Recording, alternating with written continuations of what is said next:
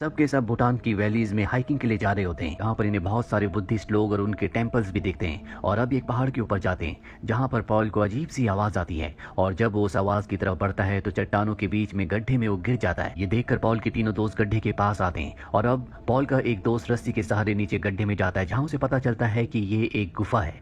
वो देखता है कि पॉल वहाँ पर बैठा मंत्रों का उच्चारण कर रहा है। दरअसल वो चैंटिंग कर रहा होता है और उसके सामने एक बहुत ही अजीब सा स्केलेटन होता है जिसका साइज आम स्केलेटन से बहुत बड़ा है। उसके पास और भी बहुत सारे छोटे स्केलेटन होते हैं जो उसके सामने झुके हुए होते हैं। पॉल के दोस्त को कुछ भी समझ में नहीं आता। इसीलिए पॉल के पास जाता है। पॉल बिना हिले डुले उसे कहता है कि अगर तुमने मुझे छुआ तो तुम मारे जाओगे, लेकिन वो पॉल को अपने कंधे पर उठाकर वापस ऊपर ले आता है। इसके बाद सामने एक वुडन घर होता है जिसके अंदर ही पॉल को लाते हैं और अब यहाँ पर बर्फ पड़ना शुरू हो जाती है जिसका मतलब ये है कि चारों इस वक्त यहाँ से नहीं निकल सकते। पॉल और रूदी के जो दोस्त होते हैं वो यहाँ से खाने का इंतजाम करने के लिए निकल पड़ते हैं। पॉल अब भी पूरी तरह से अपने होशो हवास में नहीं होता। रूदी देखती है कि उसके हाथ में एक बैम्बू का म्यूजिकल इंस्ट्रूमेंट है। रूदी उससे वो इंस्ट्रूमेंट ले लेती है और बजाना शुरू करती है। इसके बाद वो बाहर जाती है और तभी उसे अपने सामने एक बहुत अजीब सा साया दिखता है जो उसी की तरफ बढ़ रहा होता है। रूदी अपनी जान बचाने के लिए वुडन घर के अंदर आ जाती है और अंदर से दरवाजे को लॉक कर लेती है जिसके बाद वो अजीब सा साया नॉक भी करता है। रूदी पूरी तरह से डर जाती है। अब कुछ देर बाद उसके दोनों दोस्त अंदर आते हैं। रूदी को बताते हैं कि उन्होंने बाहर किसी को नहीं देखा, लेकिन रूदी अब भी पूरी तरह से डरी हुई होती है। जिनका यहाँ पर दूसरा दिन है। रात को सब के सब सो जाते हैं और जब सब सो रहे होते हैं तो पॉल उठकर रूदी के कान में कुछ कहता है। अगली सुबह दिखाया जाता है कि पॉल घर में नहीं होता। उसके पैरों के निशान बाहर की तरफ जा रहे होते हैं। इन तीनों को नहीं पता कि पॉल कहाँ गया है, इसीलिए उसके कदमों का पीछा करते हुए तीनों के तीनों पॉल तक पहुंच जाते हैं। वो एक चट्टान के किनारे पर होता है। उसके हाथ में वो बैम्बू म्यूजिकल इंस्ट्रूमेंट होता है जिसे वो बजा रहा होता है और अब यहाँ पर पॉल का दोस्त उस पर चिल्लाना शुरू कर देता है। वो कहता है कि तुम इस तरह से अकेले नहीं जा सकते, हम सब तुम्हारे लिए डर गए थे। और अब पॉल यहाँ पर कुछ मंत्रों का उच्चारण करता है जिसके बाद रूदी जिसके कान में रात को उसने कुछ कहा था वो पूरी तरह से पोजेस्ड हो जाती है और अपने दोनों साथियों को मार देती है। जिसके बाद वो पॉल को देखती है। पॉल भी उसी को देख रहा होता है। अब रूदी अपनी भी जान ले लेती है। ऐसा लगता है कि पॉल ने ही इन तीनों को मारा है। अब यहाँ से कहानी 23 साल आगे यानी कि सन 2018 में जाती है जहाँ पर हमें जेम्स नाम के एक आदमी को दिखाया जाता है। जेम्स की पत्नी और उसके बेटे की एक कार एक्सीडेंट में मृत्यु हो चुकी है। अब वो अकेला है। वो एक सिक्योरिटी स्टोर को ऑपरेट करता है। दरअसल वो अपनी जिंदगी में अपने परिवार को खोने के बाद पूरी तरह से फ्रस्ट्रेटेड है। जेम्स एक रेस्टोरेंट में जाता है जहाँ पर वो अपने बर्थडे का कूपन देता है जो कि बहुत ही पुराना होता है। हालांकि आज उसका बर्थडे नहीं है, लेकिन फिर भी रेस्टोरेंट वाले उसके कूपन को एक्सेप्ट कर लेते हैं जिसके बाद उसे फूड फ्री में दिया जाता है। इसके बाद जेम्स जब घर आता है तो वहाँ पर उसकी दोस्त की बेटी जिसका नाम एमेंडा है वो उससे मिलने के लिए आती है। दरअसल आज ही के दिन एमेंडा के पिता की मृत्यु हो गई थी और जेम्स के परिवार की भी आज ही के दिन मृत्यु हुई थी। जेम्स एमेंडा की मॉम नोरा को भी अच्छे से जानता है पर वो अपने पिता की मौत के बाद अब जेम्स को अपना पिता समझती है। वो जेम्स को बताती है कि मैं अपने पिता की मृत्यु के बाद पूरी तरह से टूट चुकी थी, लेकिन अब मुझे सच पता चल चुका है। ये पूरी दुनिया एक भ्रम है, ये सच्चाई नहीं है। सच्चाई सिर्फ हमारी सोच से पैदा होती है। जिस चीज को हम बहुत ज्यादा सोचते हैं वही चीज हमारे साथ होती है। इसके बाद एमेंडा वहां से चली जाती है। अगली सुबह एमेंडा की मॉम जब उसके कमरे में जाती है तो वो वहां पर नहीं होती और बाथरूम में जाने के बाद वो देखती है कि वहां पर एक मैसेज लिखा हुआ है जिसमें लिखा होता है the empty man made me do it, यानी कि एम्प्टी मैन ने मुझसे करवाया है। एमेंडा की मॉम को ये मैसेज बिल्कुल भी समझ में नहीं आता, इसीलिए वो यहाँ पर पुलिस को और जेम्स को बुलाती है। जेम्स देखता है कि वहाँ पर एक फॉन्टिफैक्स इंस्टीट्यूट का ब्रोशर है जिसके पीछे ट्यूल्पा लिखा होता है। इसके बाद जेम्स एमेंडा की दोस्त से स्कूल में मिलने के लिए जाता है जहाँ पर उसकी दोस्त जब उसके साथ कार में बैठी होती है तभी उसे एक साया दिखता है जिसे देखकर वो डर जाती है और अब वो जेम्स को बताती है कि 2 दिन पहले एमेंडा के साथ हम सब के सब दोस्त एक ब्रिज पर गए थे जहाँ पर एमेंडा ने हमें एम्प्टी मैन के बारे में बताया था जो यहाँ का लोकल लेजेंड है। साथ ही उसने ये भी कहा था कि अगर शाम के वक्त में यहाँ पर कोई खाली बोतल मिले उसमें फूंक मार कर एम्प्टी मैन के बारे में सोचने से वो तुम्हारी जिंदगी में शामिल हो जाएगा। पहले दिन तुम्हें सिर्फ उसकी आवाज सुनाई देगी, दूसरे दिन वो तुम्हें दिखेगा और तीसरे दिन वो तुम्हें खुद ढूंढ लेगा। एमेंडा के कहने पर हम सब ने खाली बोतल में ब्लो करने के साथ साथ एम्प्टी मैन के बारे में सोचा था जिसके बाद हमें अजीब सी आवाज सुनाई दी। साथ ही वो ये भी बताती है कि मैंने एमेंडा को इस घटना के अगले दिन अपने दोस्त के कान में कुछ कहते हुए देखा था और अब वो अपने दोस्तों के सभी एड्रेस को जेम्स को देकर वहां से निकल जाती है। जेम्स इसके बाद एमेंडा के सभी दोस्तों के घर जाता है लेकिन उसे कोई भी नहीं मिलता, लेकिन एक दोस्त के घर में उसे उसी इंस्टीट्यूट का ब्रोशर मिलता है जो उसे एमेंडा के घर पर मिला था और अब जेम्स उसी ब्रिज पर आ जाता है जहां पर इन सब ने खाली बोतल में ब्लो करके एम्प्टी मैन के बारे में सोचा था। वहां पर जेम्स को भी खाली बोतल मिलती है जिसमें वो ब्लो करता है और जब वहां से जा रहा होता है तभी उसे मेटल की आवाज आती है जो ब्रिज के नीचे से आ रही होती है। जब वो नीचे जाता है तो देखता है कि वहां पर सभी के सभी बच्चे जो गायब थे जिन्होंने बोतल के अंदर ब्लो किया था वो मारे जा चुके हैं। यहाँ पर भी वो मैसेज होता है जो एमेंडा के वॉशरूम में मिरर के ऊपर लिखा था the empty man made me do it. James इस घटना के बारे में पुलिस को बता देता है और अब जिस लड़की ने यहाँ पर जेम्स को सब दोस्तों का एड्रेस दिया था उसकी भी मृत्यु हो जाती है। दरअसल अब तक जितने भी लोगों की मृत्यु हुई होती है उन सबको देखकर ऐसा लगता है कि उन सब ने अपनी जान खुद ली है, लेकिन जेम्स को ऐसा नहीं लगता। इसीलिए वो इसे इन्वेस्टिगेट करने के लिए इंटरनेट पर पॉन्टिफिक्स सोसाइटी और ट्यूलोपा को सर्च करता है, जिसके बाद उसे पता चलता है कि ये एक कल्ट ऑर्गेनाइजेशन है जिनका मानना यह है कि डीप मेडिटेशन से, ध्यान से किसी भी चीज को रियलिटी में लाया जा सकता है। जेम्स सब कुछ जानने के बाद उस इंस्टीट्यूट में जाता है जहां पर उसे रिसेप्शन पर एक फॉर्म को फिल करने के लिए दिया जाता है जो यहाँ पर आने वाले हर एक इंसान को दिया जाता है, लेकिन जेम्स उसे फिल नहीं करता और अब वो उस रूम में जाता है जहाँ पर एक आदमी जो कि यहाँ का हेड होता है वो सबको एक स्पीच देता है। उसकी बातें हूबहू वैसी थी जैसी जेम्स ने एमेंडा से कही थी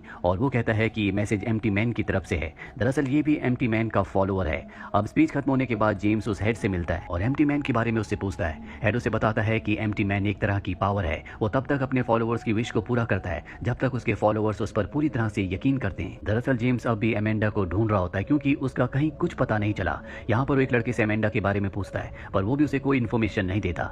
जेम्स सब एमेंडा को यहाँ पर ढूंढने लगता है। वो एक जगह जाता है जहाँ पर कुछ लोग एक ब्लैक पेपर को देख रहे होते हैं, साथ ही एक रिकॉर्डिंग भी सुन रहे होते हैं। जेम्स को कुछ भी समझ में नहीं आता कि ये सब क्या कर रहे हैं। इसके बाद वो नीचे बेसमेंट में जाता है जहाँ पर कुछ लोग चेयर्स पर बैठे होते हैं और इस सब के सब एम्प्टी मैन को बुला रहे होते हैं। जेम्स को यहाँ से बाहर निकाल दिया जाता है। बाहर उसे वही लड़का मिलता है जिससे उसने एमेंडा के बारे में पूछा था और अब उसे बताता है कि एमेंडा को यहाँ से पॉन्टिफिक्स के कैंपस में ट्रेनिंग के लिए भेज दिया गया है जो कि एक जंगल में है। तुम्हें इन सब से दूर रहना चाहिए क्योंकि ये लोग बहुत ज्यादा खतरनाक है। जेम्स किसी भी कीमत पर अपने दोस्त की बेटी एमेंडा को ढूंढना चाहता है, इसीलिए वो जंगल में जाता है जहाँ पर उसे एक केबिन मिलता है। जब वो उस केबिन के अंदर जाता है तो वहाँ पर बहुत सारी फाइल्स होती हैं। इन फाइल्स में एमेंडा की फाइल के साथ साथ जेम्स की भी फाइल होती है जो पूरी तरह से ब्लैंक होती है।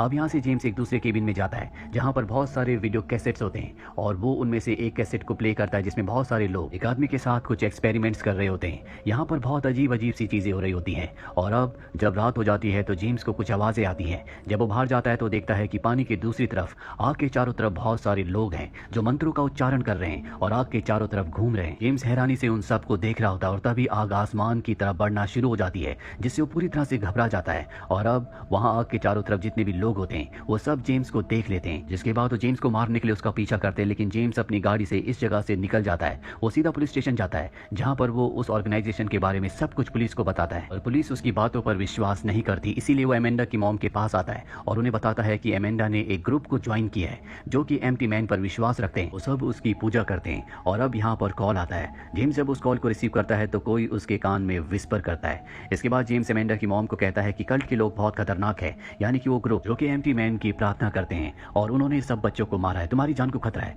मैं तुम्हें किसी सेफ जगह ले जाता हूँ। दरअसल ये दोनों हमेशा से एक दूसरे को प्यार करते थे लेकिन इन दोनों की शादी अलग अलग जगह हो गई और अब जेम्स एमेंडा की मॉम को एक होटल में ले जाता है और कहता है कि तुम्हें यहाँ पर रहना चाहिए। जेम्स जब सो रहा होता है तभी अचानक से डर कर उसकी आंख खुल जाती है। वो देखता है कि उसके सामने एक साया है। वो उसे मारने के लिए आगे बढ़ता है लेकिन वो साया गायब हो जाता है और अब अगली सुबह जेम्स एक बार फिर से पॉन्टिफिक्स इंस्टीट्यूट जाता है जहाँ पर वो देखता है कि वो लड़का जिसने उसे फॉरेस्ट के बारे में बताया था वो अपने साथियों के साथ कहीं जा रहा है। जेम्स उनका पीछा करता है। वो सब के सब हॉस्पिटल जाते हैं। जेम्स भी उनके पीछे पीछे हॉस्पिटल पहुंच जाता है। जेम्स देखता है कि वो सब के सब एक आदमी के सामने झुक गए हैं जो आदमी हॉस्पिटल में कोमा में है। जेम्स पूरी तरह से कंफ्यूज हो जाता है, इसीलिए बाहर निकलने पर वो उस लड़के को पकड़ लेता है जिसने उसे फॉरेस्ट भेजा था और उसे टॉर्चर करने पर वो लड़का बताता है कि मुझे मेरे ग्रुप के लोगों ने तुम्हें वहां पर भेजने के लिए कहा था। जेम्स उससे हॉस्पिटल वाले आदमी के बारे में पूछता है। वो लड़का बताता है कि एम्प्टी मैन उस आदमी के जरिए हमसे बात करता है। जेम्स को इसकी बातों से कुछ भी समझ नहीं आता, इसीलिए शाम होने पर वो एक बार फिर से पॉन्टिफिक्स इंस्टीट्यूट में जाता है। वो उस जगह जाता है जहाँ पर सभी फाइल्स होती है। यहाँ पर एक फाइल नंबर 14 होती है जिसमें लिखा होता है मैनिफेस्टेशन और जब वो उस फाइल को खोलता है तो पूरी तरह से हैरान हो जाता है क्योंकि ये जेम्स की फाइल होती है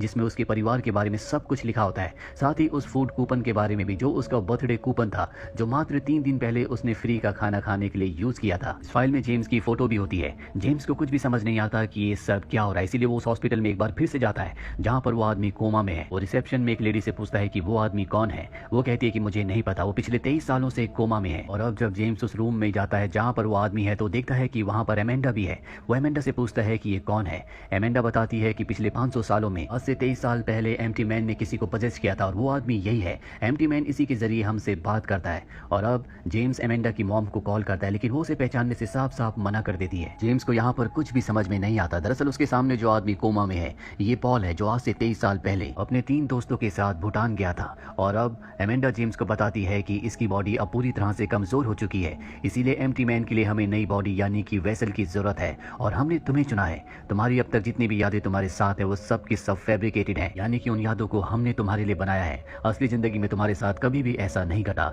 और इसीलिए एमेंडा की मॉम उसे नहीं पहचान पा रही होती क्योंकि उसने एमेंडा की मॉम के साथ कभी वक्त बिताया नहीं।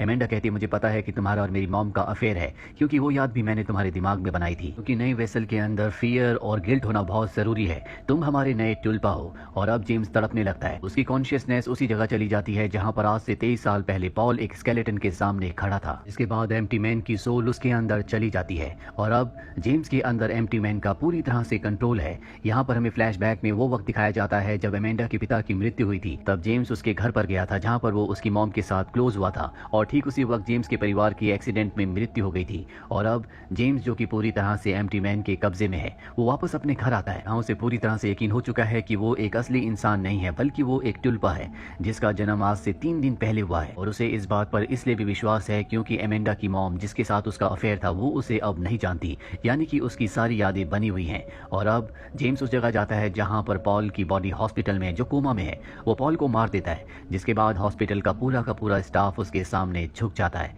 और इसी के साथ ये कहानी यहीं पर खत्म हो जाती है। इस कहानी में जेम्स को टुल्पा बनाया गया है। दरअसल तिब्बत में ये एक तरह की मेडिटेशन होती है जिसमें कोई भी साधक अपने दिमाग में किसी भी दूसरी एंटिटी यानी कि दूसरी कैरेक्टर को बना सकता है और चैंटिंग और ध्यान की मदद से उस कैरेक्टर को असली दुनिया में लाया जा सकता है। और ठीक इसी तरह से उन लोगों ने जो एम्प्टी मैन को अपना सब कुछ मानते थे, जेम्स को अपने माइंड में क्रिएट किया, उसके बाद चैंटिंग से उसे असली दुनिया में लाए ताकि एम्प्टी मैन की स्पिरिट के लिए वो एक परफेक्ट वेसल बन सके। तो ये थी पूरी कहानी द एम्प्टी मैन की। उम्मीद करते हैं कि ये कहानी आपको पसंद आई।